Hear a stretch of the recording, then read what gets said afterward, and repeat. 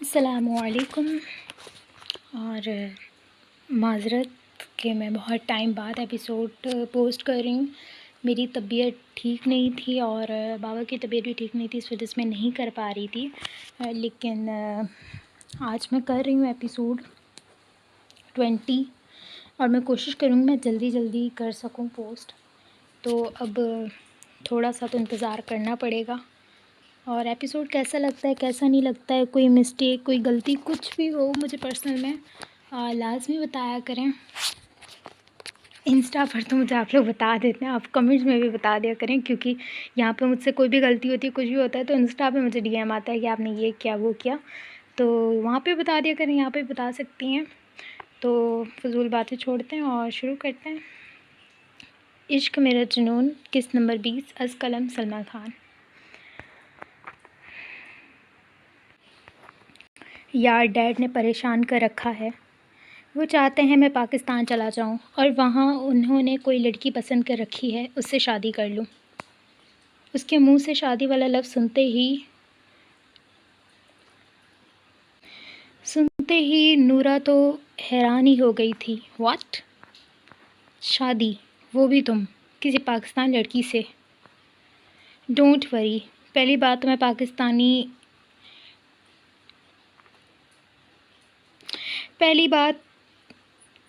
تو پاکستانی لڑکیاں سوٹ نہیں کرتی تمہارے ساتھ، اور اگر تم نے شادی کرنی بھی ہے تو مجھ میں کیا کمی ہے؟ یہاں پر ایک سے بڑھ کر ایک لڑکی ہے، لیکن پاکستانی بالکل نہیں۔ وہ تو اس پر پھٹ پڑی تھی۔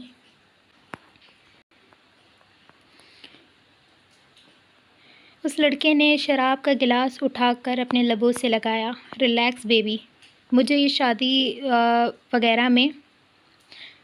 شادی وادی میں کوئی انٹرسٹ نہیں ہے، اور نہ ہی میں کسی پاکستان لڑکی سے شادی کروں گا۔ ڈیڈ کے دوست کی بیٹی ہے، لیکن میں اچھی طریقے سے جانتا ہوں میں شادی نہیں کروں گا، اور ان کو لگتا ہے میں پہلی نظر والی محبت کا شکار ہو جاؤں گا۔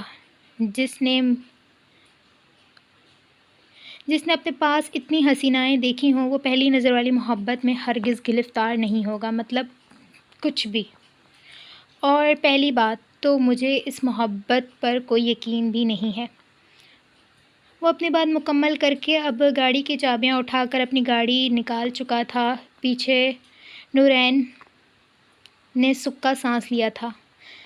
جب گھر پہنچا تو سب سے پہلے سامنا سکینہ مظہر سے ہوا، جو صوفے پر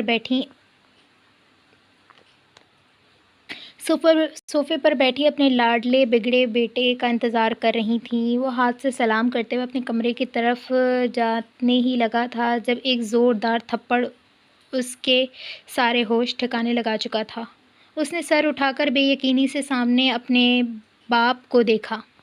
مظہر علی آنکھوں میں شعلے لیے اپنے بیٹے کو دیکھ رہے تھے۔ کتنی بار کہا ہے تمہیں، اس حرام چیز کو ہاتھ مت لگایا کرو، لیکن مجال ہے تم میری بات سمجھو۔ میں نے تمہیں منع بھی کیا تھا نا، کلب میں مت جانا، آوارہ دوستوں کی صحبت چھوڑ دو، لیکن نہیں، باپ تو ہے ہی برا، وہ تو غلط مشورے ہی دے گا۔ لیکن احمق لڑکے، تمہیں سمجھ کیوں نہیں آتا؟ ہم تمہاری بھلائی کے لیے کر رہے ہیں جو کر رہے ہیں۔ تم اتنے بگڑ چکے ہو، اب مجھے تمہارے مستقبل کی فکر ہونے لگی ہے۔ وہ غصے سے اپنے بیٹے کو ڈانٹ رہے تھے، مگر سامنے والا بھی بلا کا ڈھیٹ تھا۔ اپنا جبڑے کو ہلاتے ہوئے وہ سامنے آنکھوں میں آنکھیں ڈال کر کھڑا ہو گیا۔ میں جیسا ہوں ویسا ہی رہوں گا، اور اگر آپ کو لگتا ہے کہ آپ مجھے روک سکتے ہیں تو کوشش کر کے دیکھ لیں، منہ کی کھائیں گے۔ وہ ایک لفظ چبا کر بول رہا تھا۔ گستاخ، شرم تو آتی نہیں ہے، باپ سے اس طریقے سے بات کرتے ہو؟ وہ اور غصے میں آ گئے تھے۔ سکینہ آگے بڑھ کر ان کو سنبھالنے لگی۔ مظہر سمجھ جائے گا، آپ بے فکر رہیں، پاکستان جائے گا نا، سب ٹھیک ہو جائے گا۔ وہ اپنے شوہر کو ٹھنڈا کرنا چاہتی تھیں جب ان کی بات سن کر ان کا بیٹا بول پڑا، سوری امی، میں نہیں جا رہا پاکستان، اور ڈیڈ نے جو یہ منصوبہ بنایا ہے انہیں کہیں چھوڑ دیں، میں نہیں بدلوں گا۔ وہ یہ کہہ کر اپنے کمرے کے اندر چلا گیا تھا، اور پیچھے سکینہ بے بسی سے اپنے شوہر کو دیکھتی رہ گئیں۔ دیکھو سکینہ، سمجھا دو اسے، آج کل صبح اس کی فلائٹ ہے، اسے کل پاکستان جانا ہے اور سیدھے حاتم کے حویلی جانا ہے، اور اگر اس نے کوئی بھی تماشا کیا نا تو خدا کی قسم جائیداد سے آگ کر دوں گا اس کو میں۔ پھر دیکھتا ہوں جو لوگ اس کے آگے پیچھے پھرتے ہیں دولت کے لیے، پھر کون اس کو منہ لگاتا ہے۔ وہ بھی غصے میں کہہ کر اب اپنی کمرہ بند کر چکے تھے۔ پیچھے سکینہ باپ اور بیٹے کی لڑائی میں پس رہی تھی۔ تھوڑی دیر بعد جب وہ واش روم سے نہا کر اب باہر آیا تو اپنی ماں کو کمرے میں بیٹھا پایا۔ وہ ٹاول کو پھینک کر ان کی طرف آیا اور ان کے گھٹنوں پر سر رکھ کر لیٹ گیا۔ ایک یہی تو جگہ تھی جہاں اسے سکون آتا تھا، ساری پریشانی اپنی ماں کی گود میں آ کر وہ بھول جاتا تھا۔ پتہ ہے داؤد، جب تم پیدا ہونے والے تھے نا تو میں بہت خوش تھی۔ میں بس یہی دعا کرتی تھی کہ میرا بیٹا بہت حسین ہو، بالکل اپنے باپ جیسا۔ تمہارا باپ جوانی میں بہت ہینڈسم تھا، لڑکیاں مرتی تھیں اس پہ، مگر وہ میرے علاوہ کسی کی طرف دیکھتا ہی نہیں تھا۔ بس اسی چیز کا گھمنڈ تھا مجھے، اور ابھی بھی ہے۔ جب تم پیدا ہوئے تو تمہاری آنکھیں، تمہارے نینو نقش سب تمہارے باپ جیسے تھے۔ بیٹا، تمہیں لگتا ہے ہم تمہارے ساتھ غلط کر رہے ہیں، مگر تم ہمارے اکلوتے اولاد ہو، ہم تمہیں ایسے تباہ ہوتے ہوئے نہیں دیکھ سکتے۔ وہ داؤد کے بالوں میں انگلیاں چلاتے ہوئے کہے جا رہی تھیں، تم اپنی ماں کے لیے اتنا بھی نہیں کر سکتے۔ میں تمہیں نہیں کہہ رہی کہ تم اس لڑکی سے شادی کرو، میں بس چاہتی ہوں کہ تم پاکستان جاؤ۔ وہ ہمارا ملک ہے، چاہے تمہاری پیدائش ایران میں ہوئی ہو، مگر ہمارا اصلی ملک تو پاکستان ہے۔ پاکستان بہت حسین ملک ہے، تم جاؤ، اس کی خوبصورتی کو محسوس کرو، اس کی ہواؤں کو محسوس کرو، اس کو دیکھو، تب تمہیں احساس ہوگا کہ شاید ابھی تک تو تم نے دنیا دیکھی ہی نہیں تھی۔ تمہیں اگر وہ لڑکی پسند نہیں آئے گی تو میں تم سے وعدہ کرتی ہوں ہم لوگ آئندہ تم سے کسی لڑکی کے متعلق کوئی بات نہیں کریں گے، مگر میں چاہتی ہوں تم ایک بار حاتم بھائی کے حویلی جاؤ، وہاں کی ہواؤں، وہاں کی خوشبو، وہاں کی خوبصورتی دیکھو۔ ان کی بیٹی اگر تمہیں پسند آئی تو ٹھیک ہے، نہیں آئی تو کوئی مسئلہ نہیں ہے، مگر میں تم سے التجا کرتی ہوں، میں نے پہلی بار تم سے کچھ مانگا ہے داؤد، تم کیا اپنی ماں کو نہیں دو گے یہ؟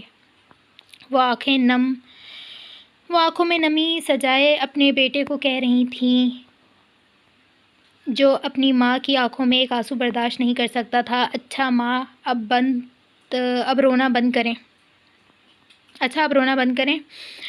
ٹھیک ہے، میں جاؤں گا، مگر صرف آپ کے لیے، ورنہ میرا کوئی ارادہ نہیں تھا وہاں جانے کا۔ وہ اپنا فیصلہ سنا کر اب وہاں آنکھیں بند کر کے ان کی گود میں سر رکھ کر آگے کی باتیں سوچ رہا تھا، اور سکینہ بیگم تو بہت خوش تھیں بیٹے کے پاکستان جانے کا سن کر۔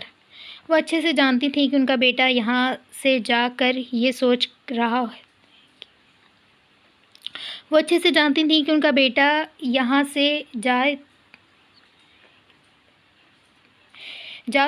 رہا ہے کہ وہاں پہ اسے کوئی لڑکی پسند نہیں آئے گی، مگر وہ اچھی طریقے سے جانتی تھی کہ ان کا بیٹا یہاں سے صحیح سلامت جا رہا ہے، واپس عشق کا بخار لے کر ہی آئے گا۔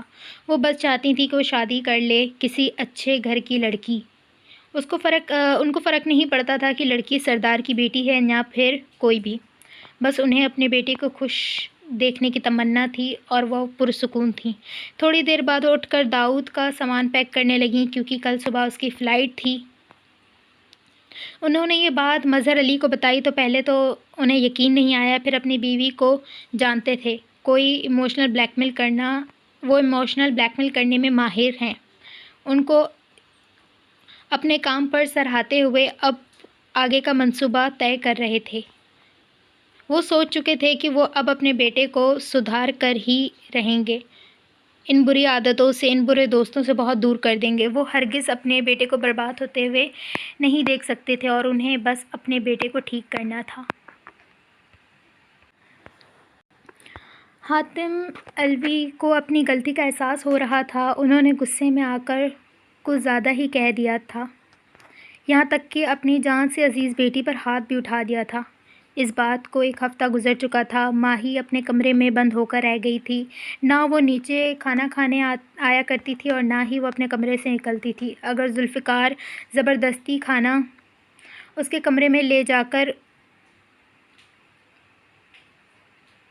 کھانے کے لیے کمرے میں لے جا کر نہیں کھلاتا تو اسے کھانے کا بھی ہوش نہیں تھا۔ مگر وہ کیا بتاتے اپنی بیٹی کو؟ وہ جو خواہش کر رہی تھی وہ ناممکن تھی۔ ایسا ممکن نہیں تھا۔ وہ کائنات شاہ کو اچھی طریقے سے جانتے تھے۔ جس اذیت سے روزینہ شاہ گزری تھی وہ ہرگز ماہی کو اس اذیت میں نہیں دیکھ سکتے تھے۔ ذوالفقار اجازت لے کر ان کے کمرے میں آیا تھا۔ حاتم علوی گہری سوچ میں تھے جب دروازے پر ذوالفقار کی آواز سن کر وہ ہوش سے واپس آئے۔ آؤ بیٹا، وہ نرم اور محبت بھرے لہجے میں کہہ کر اپنے بیٹے سے مخاطب تھے۔ وہ چلتا چلتا ان کے قریب آ کر بیٹھا۔ اتنا تو وہ سمجھ گئے تھے کہ اگر ماہی خوش نہیں ہے تو خوش تو وہ بھی نہیں تھے۔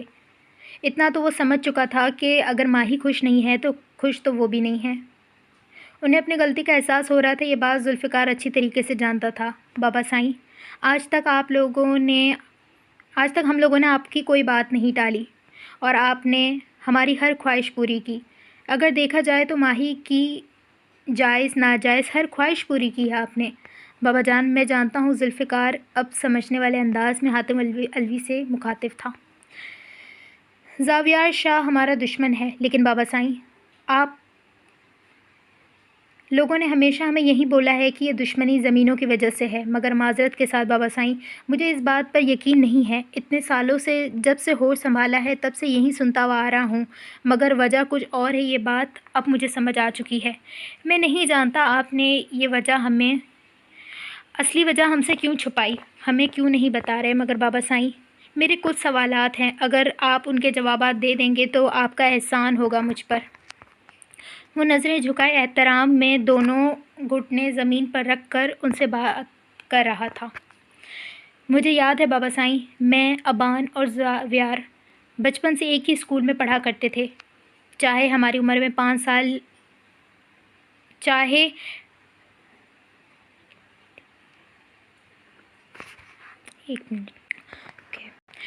میری عمر 5 سال ہی کیوں نہیں تھی، مگر اتنا تو مجھے یاد ہے۔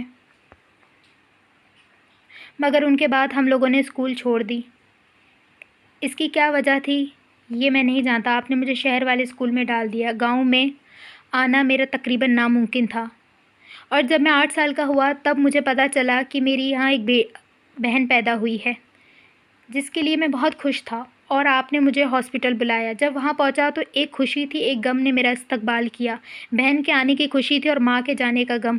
مگر بابا سائیں، 8 سال کے بچے کے لیے یہ بات سمجھنا مشکل نہیں تھی کہ اس وقت اس ہاسپٹل میں پولیس کیا کر رہی تھی۔ اگر یہ نارمل ڈیتھ ہوتی تو پولیس کا وہاں پر آنا نہ بنتا تھا، مگر وہاں پر پولیس موجود تھی، اور وہاں پر ایک اور آنٹی بھی تھیں جو امی کی بچپن کی دوست تھیں، کیونکہ میں نے انہیں بچپن سے دیکھا تھا۔ وہ ابان کی ماں تھیں۔ ایسا ہی ہے نا بابا سائیں؟ آج ان کا بیٹا ان کے روبرو بیٹھ کر اپنے سارے سوالات کے جوابات مانگ رہا تھا۔ حاتم علوی بس اسی دن کا ہی ڈر تھا، کہیں وہ دن نہ آ جائے کہ جس دن ان کی اپنی اولاد ان کے سامنے سوال و جواب کریں۔ ابھی وہ ان سوالوں کے جوابات دیتے جب دروازہ کھلا اور ماہی اندر کی طرف داخل ہوتے ہوئے نظر آئی۔ بابا سائیں، جواب دیں مجھے۔ میری اماں سائیں کا قتل ہوا تھا نا؟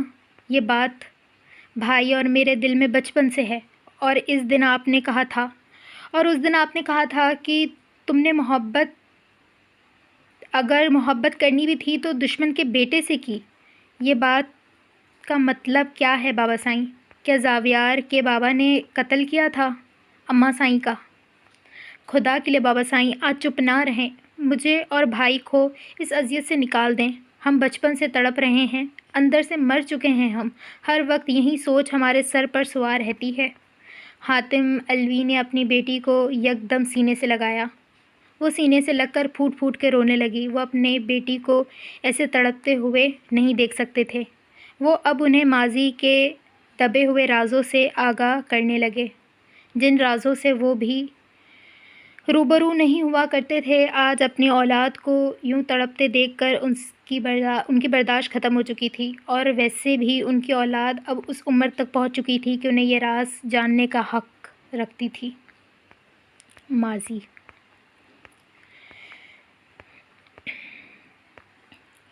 روزینہ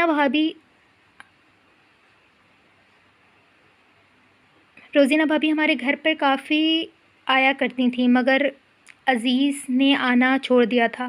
تب ذوالفقار تم 3 سال کے تھے۔ تم اور ابان ایک ہی عمر کے تھے، اور زاویار 2 سال کا تھا۔ اور یہ بات آہستہ آہستہ روزینہ بھابی نے بھی گھر آنا چھوڑ دیا۔ وجہ کوئی نہیں جانتا تھا۔ شگفتہ جب بھی حویلی جاتی تو سوائے روزینہ بھابی کے علاوہ کوئی بھی نہیں ملا کرتا تھا اس سے۔ میں نے کتنی بار منع کیا، اگر وہ لوگ نظر انداز کرتے ہیں تو ہم لوگ بھی ہم ان کے پاس نہیں جائیں گے۔ اتنا تو ہم سمجھ گئے تھے کہ یہ باتیں ساری کائنات نے عزیز کے دل میں ڈالی ہوں گی، مگر مجھے افسوس تھا کہ وہ میرے بچپن کا دوست ہو کر مجھ پر بھروسہ نہیں کرتا تھا۔ اور پھر ایک دن جب ہم دونوں ان کے گھر گئے تو دروازے پر جب ہم لوگ کھڑے تھے تب اندر کی آوازیں ہم بخوبی سن سکتے تھے۔ کتنی گھٹیا ہو تم، شرم نہیں آتی اپنے شوہر کے دوست کے ساتھ چکر چلاتے ہوئے؟ روز تمہارا چھوٹی حویلی جانا، ہمیں سمجھ نہیں آتا کہ تم کیا کرنا چاہ رہی ہو، اور روز تمہارے لیے یہ جو پھول بھیجتا ہے اس کو بھی شرم آنی چاہیے۔ کائنات شاہ روزینہ شاہ پر بہتان لگا رہی تھیں۔ خبردار کائنات، میرے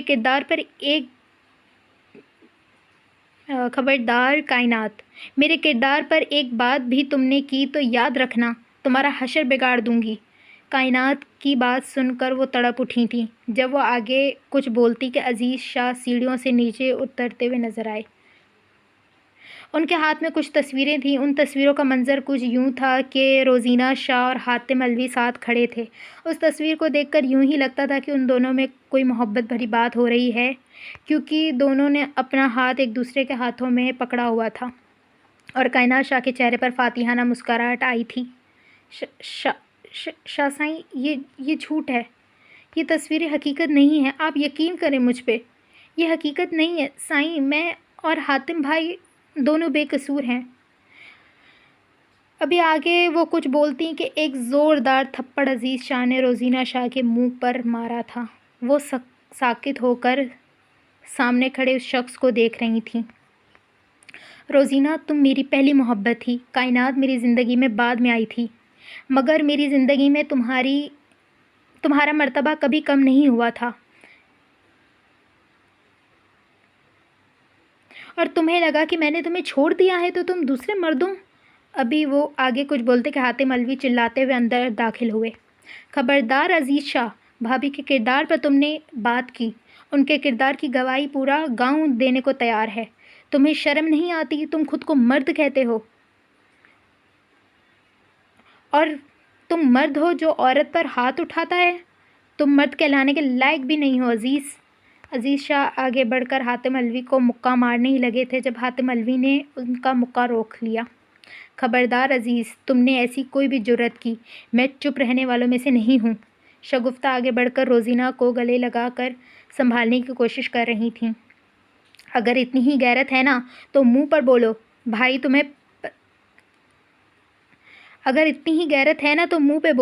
بھائی، تم پسند کرتے ہو، کیا پسند کرتے ہو؟ منہ پہ بولو، پسند آ گئی ہے۔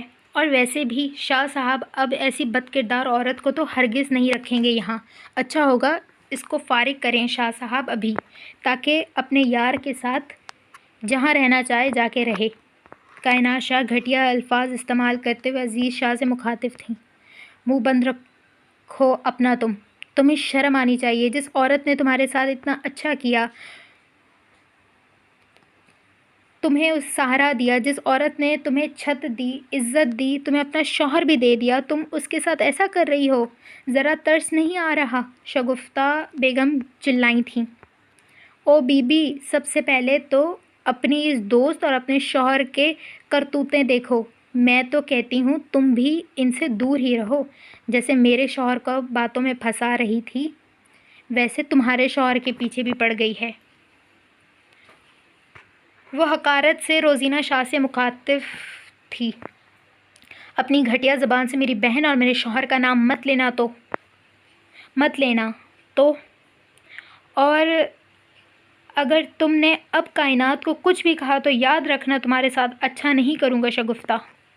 ابھی کائنات شاہ کچھ تیکھا جواب دینے ہی والی تھیں جب عزیز شاہ چیختے ہوئے شگفتہ کی طرف بڑھنے لگے. میں نے کسی کو بھی اجازت نہیں دی کہ میری بیوی سے اونچی آواز میں بات کرے. عزیز تو تم کون ہوتے ہو میری بیوی سے اونچی آواز میں بات کرنے والے؟ حاتم علوی اور زور سے چلائے تھے. شاہ صاحب مجھے تو حیرانی ہو رہی ہے ان پر. گناہ کر کے بھی ہمارے سامنے ایسے کھڑے ہیں جیسے ہم ہی غلط ہوں. مجھے تو اب شک ہو رہا ہے کہ ابان بھی کہیں اسی کا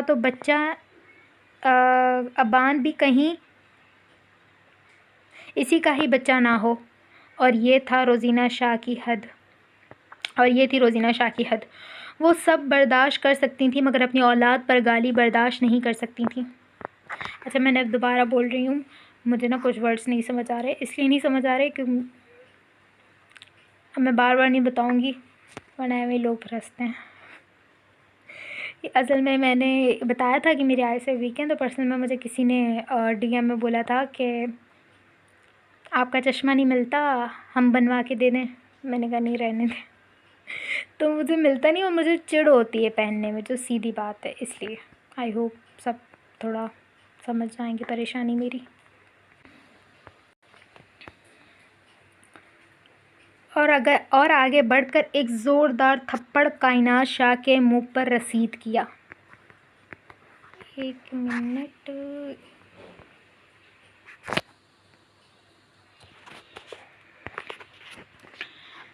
میری بیٹی کے بارے میں ایک لفظ نہیں سنوں گی کائنات. وہ بھوکی شیرنی کی طرح چلا رہی تھی. ایک پل کے لیے تو وہاں پر سکوت چھا گیا تھا. وہ سب لوگ ساکت ہو کر اس عورت کو دیکھ رہے تھے جو تھوڑی دیر پہلے بھیگی بلی بنی ہوئی تھی اور یکدم شیرنی بن گئی. صحیح کہتے ہیں عورت خود پر تو ہزار ظلم برداشت کر سکتی ہے مگر بات جب اولاد پر آئے تو ایک حرف بھی برداشت نہیں کرتی. میری اولاد میری ہے اور عزیز سائیں کی ہے. میری اولاد کو گالی دینے کی تمہاری ہمت کیسے ہوئی؟ وہ آنکھوں میں آنکھیں ڈال کر کائنات سے پوچھ رہی تھیں. سب لوگ وہاں پر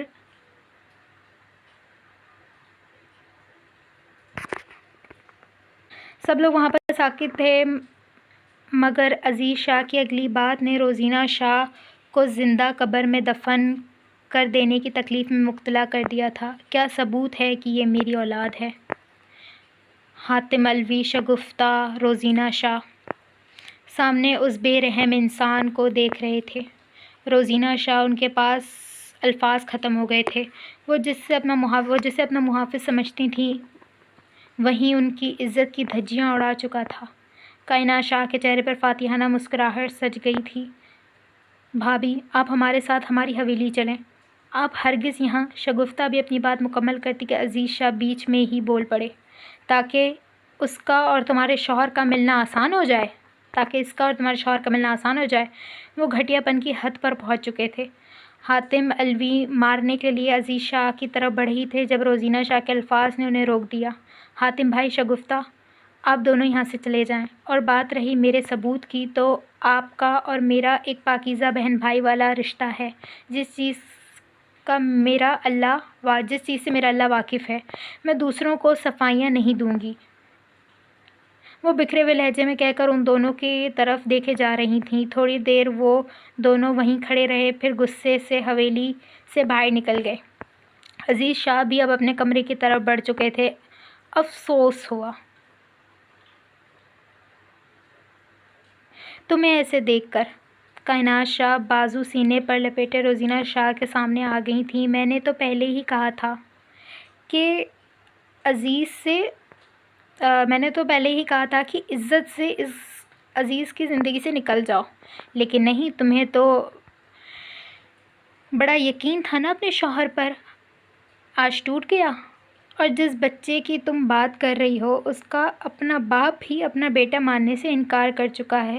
ہائے، ابھی بھی اگر تم میں غیرت ہے تو ڈوب کے مر جا تو۔ اور تمہیں لگتا ہے میں تمہیں اب عیش و آرام سے اس حویلی کے کمرے میں رہنے دوں گی؟ تو یہ تمہاری غلطی ہے۔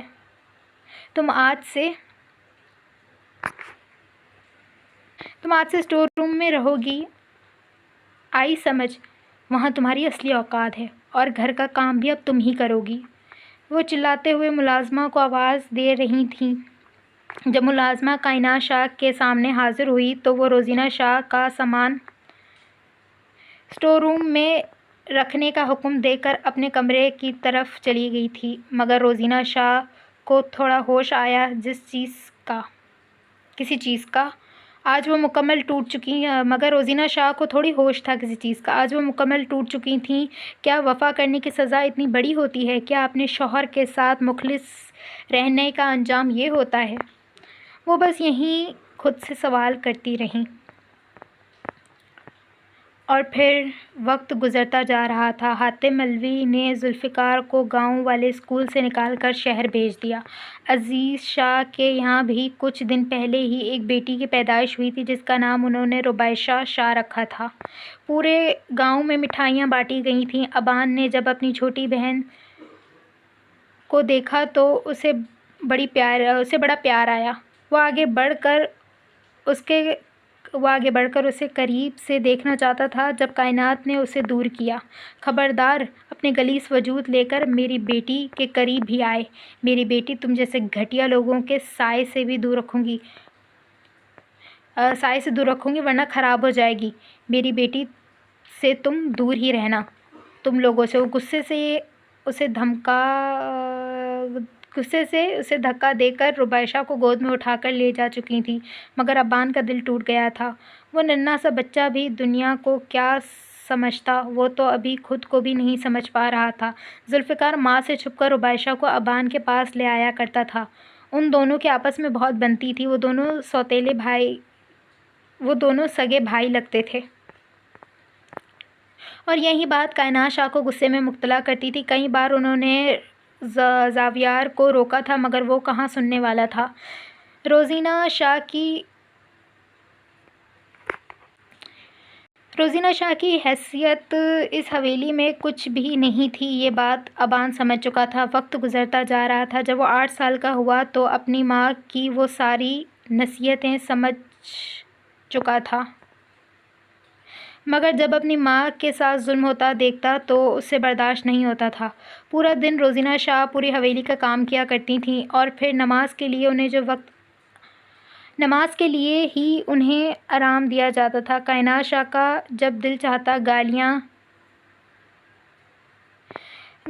طعنے وغیرہ دے دیا کرتی تھیں۔ شگفتہ بیگم، حاتم مولوی اس دن کے بعد کبھی حویلی نہیں آئے تھے، مگر شگفتہ بیگم روزینہ شاہ سے بات کیا کرتی تھیں۔ انہیں جب یہ بات پتہ چلی کہ شگفتہ بیگم کے یہاں بھی اولاد ہونے والی ہے تو ان کی خوشی کا کوئی حد نہیں تھی۔ بہت عرصے بعد ان کی زندگی میں کوئی خوشی آئی تھی۔ اکثر ربیشہ اپنی بڑی امی کو نماز پڑھتے دیکھتی تو دوپٹہ باندھ کر ان کے برابر آ کر نماز پڑھنا شروع ہو جاتی۔ وہ بھی نماز پڑھنے کے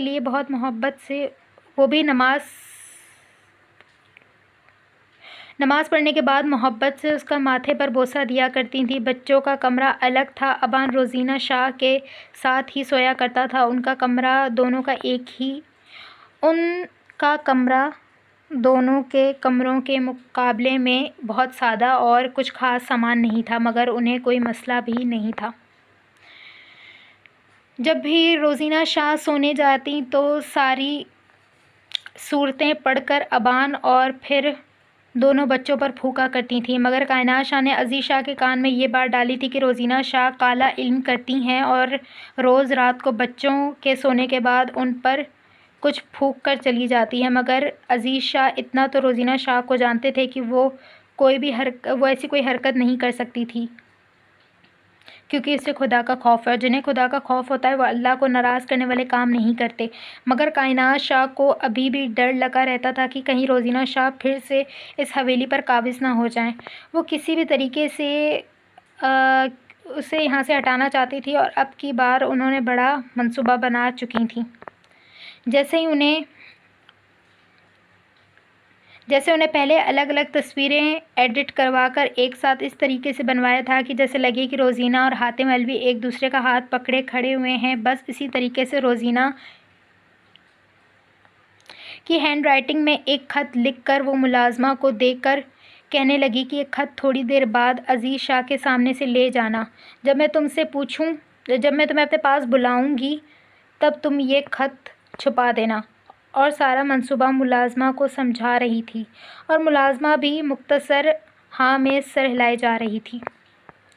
روزینہ شاہ ظہر کی نماز پڑھ کر فارغ ہوئیں تو ابان کو سوتے ہوئے دیکھ کر پریشان ہو کر اس کی طرف آئیں۔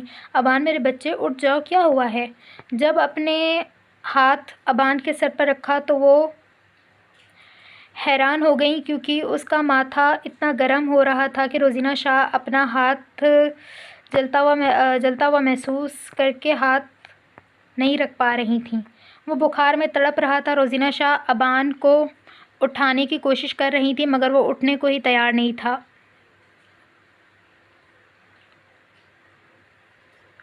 اس سے تو آنکھ بھی نہیں کھولی جا رہی تھی۔ وہ پریشان ہو گئی تھیں، اور دوسری طرف کائنات شاہ اپنے منصوبے میں کامیاب ہوتی جا رہی تھی۔ وہ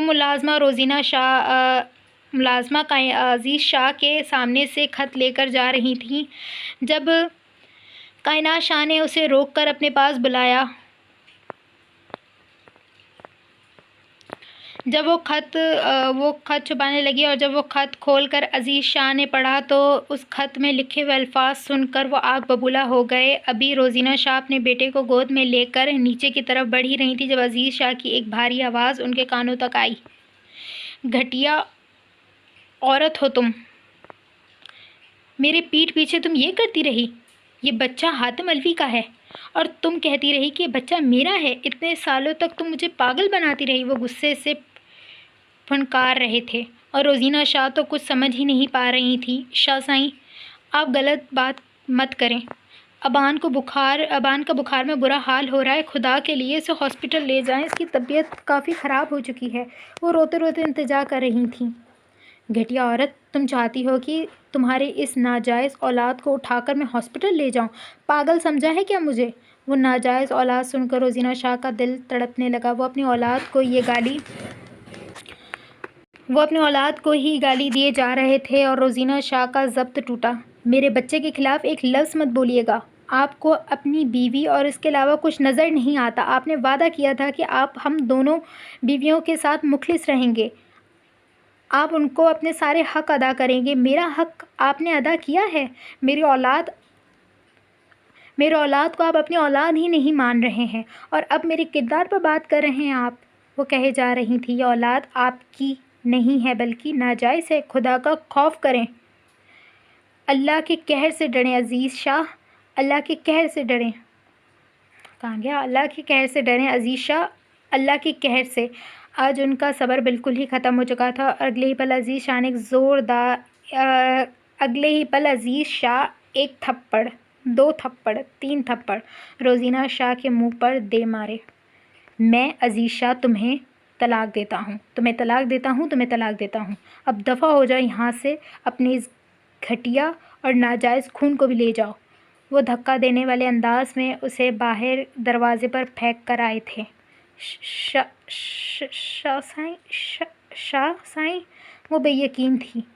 کائنات شاہ ملازمہ کو کہہ کر اسے حویلی کے دروازے پر جا پھینکا تھا۔ خدا کے قہر سے ڈرو تم کائنات! تم نے جو میرے ساتھ کیا ہے، اللہ تم سے ضرور بدلہ لے گا۔ ایک دن تمہاری اپنی اولاد تمہارے سامنے آ کر تم سے بغاوت کرے گی۔ میری معصوم اولاد پر تم نے گھٹیا الزام لگایا ہے، سب کا بدلہ تم سے میرا خدا ضرور لے گا۔ انشاءاللہ تم تباہ ہو جاؤ گی کائنات، تم تباہ ہو جاؤ گی۔ وہ ہرگز غصے میں بھی کسی کو بددعائیں نہیں دینا چاہتی تھیں، مگر نہیں دیا کرتی تھیں، مگر آج بات ان کی اولاد پر آئی تھی، ان کا ضبط ٹوٹا تھا۔ ڈرو اس دن سے کائنات جس دن اللہ کی لاٹھی تمہیں لگے گی۔ تم خود کو زمینی خدا سمجھ بیٹھی ہو، مگر تم بھول گئی ہو خدا صرف ایک ہے۔ جب وہ رسی کھینچتا ہے نا تو انسان کسی قابل نہیں چھوڑتا۔ تم سے بہت جلد حساب لیا جائے گا، انشاءاللہ بہت جلد۔ وہ بس چلا کر کائنات شاہ کو ہی کوسے جا رہی تھیں۔ کائنات شاہ ایک نفرت بھری نظر ان پر ڈال کر ملازمہ کو کہہ کر دروازہ بند کر چکی تھیں، اور ایک ملازمہ روزینہ شاہ کی وفادار تھیں، جس نے فوراً فون کر کے ساری صورتحال شگفتہ بیگم کو بتائی تھی۔ اور اس ملازمہ کی بات سن کر شگفتہ بیگم کا دل کٹنے لگا تھا تو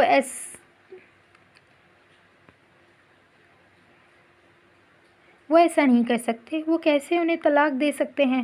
وہ ابان کی طبیعت…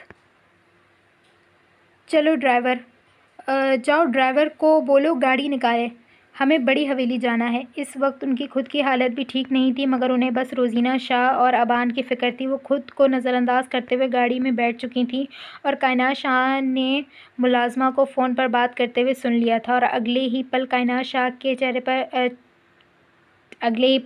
شاہ کے شاطرانہ دماغ پر ایک منصوبہ آیا تھا، اور اگر یہ منصوبہ کامیاب ہو جاتا تو سب کچھ ان کا ہی ہوگا۔ شگفتہ بیگم جب حویلی پہنچی تو روزینہ شاہ کو دروازے پر کیچڑ میں بیٹھے دیکھ کر اور ان کی گود میں ابان کو بے سدھ دیکھ کر وہ بے اختیار ان کی آنکھوں میں آنسو آ گئے تھے۔ وہ بھاگتے ہوئے ان کی طرف آئیں۔ بھابی، آپ نے یہ کیا کیا ہے اپنے حال؟ اٹھیں، چلیں میرے ساتھ میرے گھر، ابھی اٹھ چلیں۔ وہ روزینہ شاہ کو اٹھانے کی کوشش کر رہی تھیں، مگر وہ تو پوری دنیا سے بیگانی ہو چکی تھیں۔ وہ بس کچھ سن نہیں پا رہی تھیں، وہ سمجھ نہیں پا رہی تھیں۔ وہ ابھی انہیں اٹھانے کی کوشش کر ہی رہی تھی جب پیچھے سے ایک آدمی نے ان کی گاڑی کے بریک فیل کر کے چپ چاپ واپس چلا گیا تھا۔ یہ سب کام کائنات شاہ کے کہنے پر ہوا تھا۔ بہت مشکل سے شگفتہ روزینہ کو سہارا دے کر گاڑی میں بٹھا چکی تھی۔ سب سے پہلے ہاسپٹل لے چلو، پھر وہاں سے حویلی۔ گاڑی اسٹارٹ ہو چکی تھی اور شگفتہ نے ڈرائیور کو حکم دے دیا تھا۔ پورے راستے شگفتہ بس روتی جا رہی تھی، اور وہ ان کی بہنوں کی طرح تھیں۔ اپنی بہن کو اس حال میں وہ ہرگز نہیں دیکھ سکتی تھیں۔ وہ ان کو سنبھالنے کی کوشش کر رہی تھیں جب گاڑی کی رفتار تیز ہوتی جا رہی تھی۔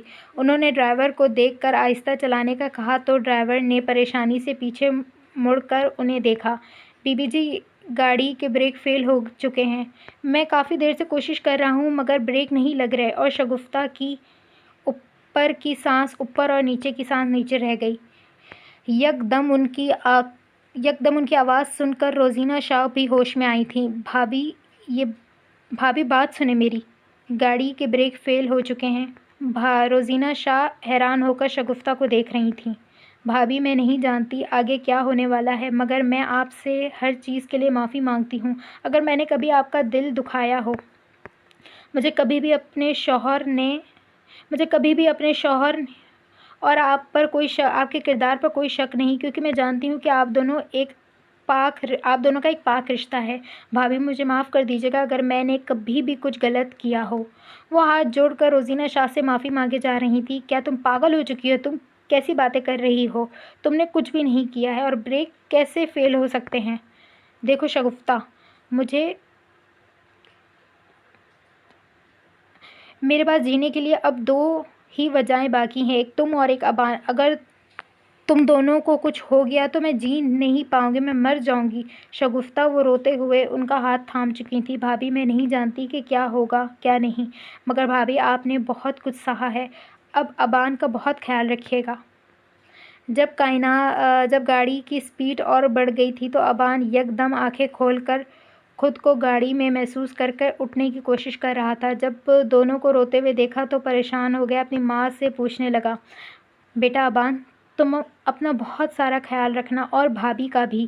میں نہیں جانتی آگے کیا ہوگا کیا نہیں، مگر مجھے لگتا ہے کہ میرا وقت بہت قریب ہے۔ تم مجھ سے وعدہ کرو، تم بھابی کا خیال رکھو گے نا؟ اور تم مجھ سے بھی وعدہ کرو کہ جس لوگوں نے بھابھی کو تکلیف دی ہے تم ان لوگوں سے بدلہ لو گے۔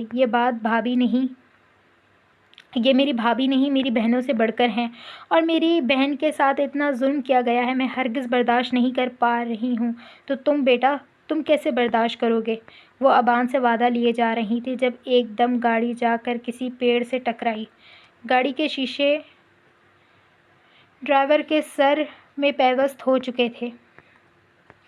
وہاں پر وہ چاروں لوگ ہی اس گاڑی میں بے ہوش ہو چکے تھے، یا پھر ہوش کے لیے یا پھر ہمیشہ کے لیے ہی سو گئے تھے، یہ کہنا زیادہ بہتر ہوگا۔ حاتم علوی کسی کام کے سلسلے میں زمینوں پر آئے ہوئے تھے۔ جب ایک ملازم بھاگتا بھاگتا ان کی طرف آیا، انہیں ساری بات بتانے لگا تو حاتم علوی کو لگا کہ آج وہ سانس نہیں لے پائیں گے۔ وہ باقاعدہ بھاگنے والے انداز میں انہیں گاڑی کی طرف بھاگے اور گاڑی نکال کر اب ہاسپٹل کی طرف بڑھ چکے تھے۔ جب ہاسپٹل پہنچے تو سامنے کا منظر کسی قیامت سے کم نہیں تھا۔ کچھ لوگوں نے زندگی کو جیت لیا تھا تو کچھ نے ہار دیا تھا۔ اصلی قیامت تو اس وقت ٹوٹی حاتم علوی پر، جب روزینہ شاہ کو بیڈ پر ہاتھ میں پٹی باندھے بس سامنے کھڑکی کی روزینہ شاہ بیڈ پر ہاتھ میں پٹی باندھے بس سامنے کھڑکی کو ہی دیکھے جا رہی تھیں۔ انہیں دیکھنے سے لگتا تھا کہ وہ اپنے حواسوں میں نہیں ہیں۔ جب ڈاکٹر کو روک کر انہوں نے پوچھا تو ابان کو کچھ چوٹیں آئی تھیں اور اس کی طبیعت بھی ٹھیک نہیں ہے، ابھی وہ بے ہوش ہے، بہت جلد ہوش میں آ جائے گا۔ باقی جو ڈرائیور اور ان کے ساتھ تھیں وہ تو موقع پر ہی وفات پا چکی ہیں۔ ابھی وہ آگے کچھ پوچھتے کہ ایک بچی کو نرس کپڑے میں لپیٹے ان کی طرف لے آئی تھیں اور انہیں تھما دیا۔ حاتم علوی، یہ آپ کے یہاں بیٹی ہوئی ہے، ہمیں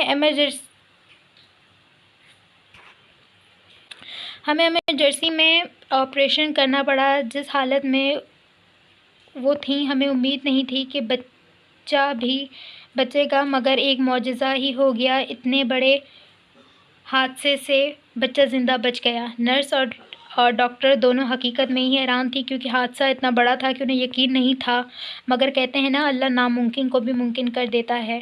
وہ خوشی سے اپنی بیٹی کا ماتھا چوم رہے تھے جب انہیں ایک اور خبر ملی اور ان کی بیوی وفات پا چکی ہیں۔ خوشی یکدم غم میں بدل گئی۔ وہ جیسے سخت انسان آج بچوں کی طرح روئے جا رہا تھا۔ اپنے دل و جاں سے عزیز بیوی کو کھونے کی تکلیف حاتم علوی کو ہو رہی تھی۔ شگفتہ کا مردہ جسم ان کے سامنے لایا گیا تو وہ اور پھوٹ پھوٹ کے رونے لگے۔ آپ مجھے چھوڑ کر کیسے جا سکتی ہیں؟ آپ نے کہا تھا نا ہم اپنے بچوں کی شادیاں خود کروائیں گے۔ آپ شادی میں بہت اچھے سے تیار ہوں گی، تو آپ یہ کیسے کر سکتی ہیں شگفتہ میرے ساتھ؟ آپ کیوں چلی گئیں مجھے چھوڑ کے؟ دیکھیں نا، آپ کو بیٹیاں پسند تھیں نا، تو ہماری بیٹی ہوئی ہے۔ آپ چاہتی تھیں نا کہ ہماری بیٹی کا نام ماہین رکھیں، تو دیکھیں میں اس کا نام ماہین ہی رکھوں گا۔ شگفتہ اٹھ جائیں، خدا کے لیے اٹھ جائیں، میں نہیں رہ پاؤں گا آپ کے بغیر۔ آج وہ روتے ہوئے کوئی چھوٹے بچے لگ رہے تھے۔ ذوالفقار کو جب ہاسپٹل لایا گیا تو اپنی بہن کو دیکھ کر اس کی خوشی کی کوئی انتہا نہیں تھی، مگر جب سامنے اپنی ماں کے بے جاں جسم پر گئی تو وہ ساکت ہو گیا۔ وہاں پر پولیس کے بعد کافی افراد موجود تھے۔ وہ لپٹ لپٹ کر اپنی ماں سے روئے جا رہا تھا۔ مکمل بات جب ذوالفقار اور ماہین کو حاتم علوی نے بتائی تو وہاں پر موجود تینوں کی آنکھیں نم ہو گئی تھیں۔ بابا صاحب مجھے معاف کر دیں، مجھے نہیں پتہ تھا، میں نے آپ کو غلط سمجھا، بابا صاحب مجھے معاف کر دیں۔ ماہین ہاتھ جوڑ کر حاتم علوی سے معافی مانگ رہی تھی۔ آج تو معافی مانگ لی، آئندہ مت مانگنا، ورنہ تمہاری ماں خواب میں آ کر میری کلاس لے لے گی۔ تمہاری پیدائش ہونے سے پہلے ہی اس نے مجھ سے وعدہ لیا تھا کہ اگر میں نے اپنی بیٹی کو کچھ بھی کہا تو وہ مجھے چھوڑے گی نہیں۔ اور کیوں اپنی ماں سے مجھے پٹوانا چاہتی ہو اس عمر میں؟ وہ شرارتی لہجے میں کہہ رہے تھے اور روتے روتے ان دونوں کے چہرے پر مسکراہٹ آ گئی تھی۔ تم دونوں میرے جینے کی وجہ ہو۔ اگر تم دونوں نہ ہوتے تو تمہارا باپ بھی آج زندہ نہ ہوتا۔ میں صرف تم دونوں کی وجہ سے زندہ ہوں۔ وہ محبت سے اپنے بچوں کو گلے لگا کر کہہ رہے تھے۔ بابا سائیں، پھر اس دن کے بعد روزینہ آنٹی اور ابان کہاں گئے تھے؟ ذوالفقار نے بہت دیر بعد اپنا سوال کیا۔ بیٹا، جب پولیس والوں سے بات کر کے میں واپس ہاسپٹل پہنچا تو وہ دونوں وہاں پر نہیں تھے۔ مجھے نہیں پتا وہ دونوں کہاں چلے گئے۔ میں نے ان کو بہت ڈھونڈنے کی کوشش کی مگر وہ مجھے کبھی نہیں ملے۔ پھر کچھ سال پہلے مجھے پتا چلا کہ ابان ابھی وہ معصوم ابان نہیں رہا، ایک ڈان بن چکا ہے، مافیا پر راج کرنے والا بے تاج بادشاہ بن چکا ہے۔ اس کا نام سن کر لوگ ہی کانپتے ہیں۔ میں نے کوشش کی تھی بات کرنے کی مگر اس نے انکار کر دیا، مگر بہت احترام والے لہجے میں مجھ سے یہ کہہ دیا کہ میں آئندہ اس بارے میں کوئی بات نہ کروں، اور اگر میرا گاؤں والوں میں سے کسی سے کوئی تعلق نہیں ہے اس لیے میں بھی اس متعلق کوئی بات نہ کہوں۔ ان کی آنکھوں میں تکلیف، کرب، غصہ میں سب دیکھ سکتا تھا۔